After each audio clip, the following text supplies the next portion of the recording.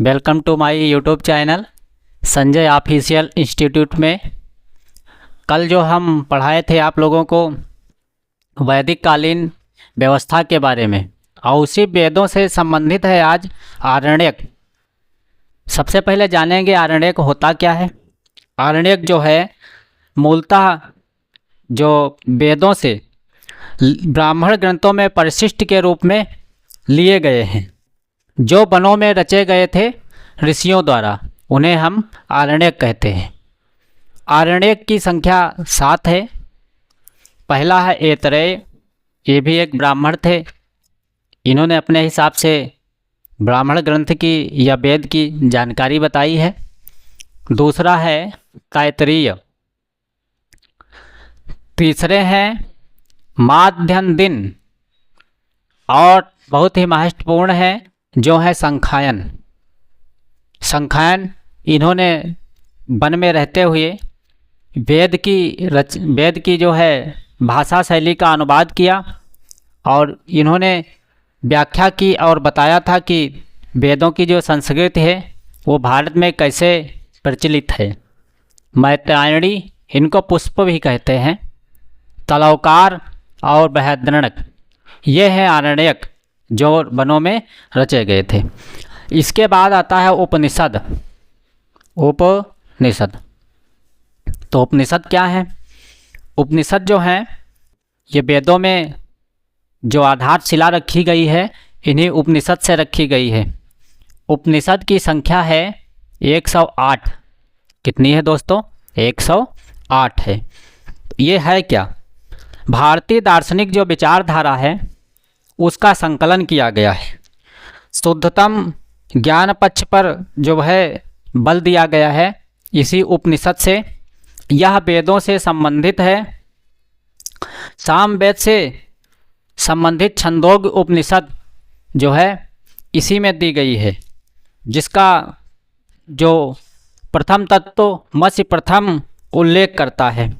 भारत का राष्ट्रीय वाक्य सत्यमेव जयते मुंडकोपनिषद से, इसी उपनिषद से लिया गया है। राजा की उत्पत्ति का सिद्धांत जो सर्वप्रथम ऐतरेय ब्राह्मण ने दिया था वो इसी उपनिषद की देन है। भारतीय दर्शन का आधारशिला, भारतीय दर्शन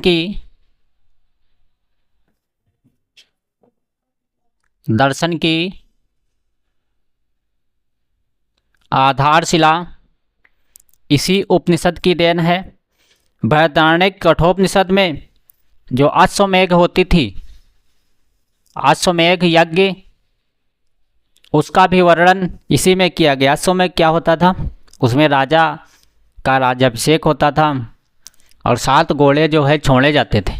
जो 7 घोड़े पकड़ता था उससे वो जो छोड़े गए राजा द्वारा है वो उससे युद्ध करते थे, फिर जो है उसका राज्य हड़प लेते थे। कठोपनिषद में इसी में आता उपनिषद में कठोपनिषद, जिसने यम और नचिकेता से संबंधित संवाद वर्णित है। इसी में यमराज को नचिकेता ने अध्यात्म की शिक्षा दी थी, अध्यात्म की शिक्षा ली थी। आर्य लोग की जानकारी जो है भारत के पंजाब प्रांत में बसे थे, जिसको सप्त सैंधव कहते थे, वहाँ पर बसे थे। उसकी भी जानकारी उपनिषद से मिलती है। सप्त सैंधव का मतलब है 7 नदियों की भूमि, उसी का नाम है सप्त सैंधव। ईशोपनिषद में ईशोपनिषद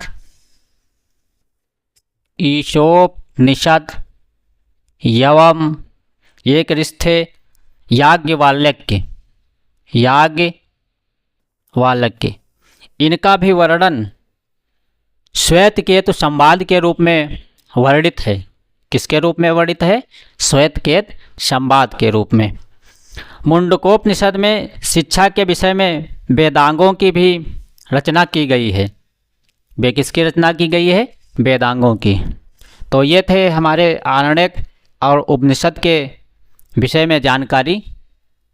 आप लोगों से हमारी रिक्वेस्ट है कि हमारा वीडियो अगर पसंद आया हो तो लाइक और सब्सक्राइब ज़रूर करें और चैनल आगे बढ़ाने में सहयोग करें।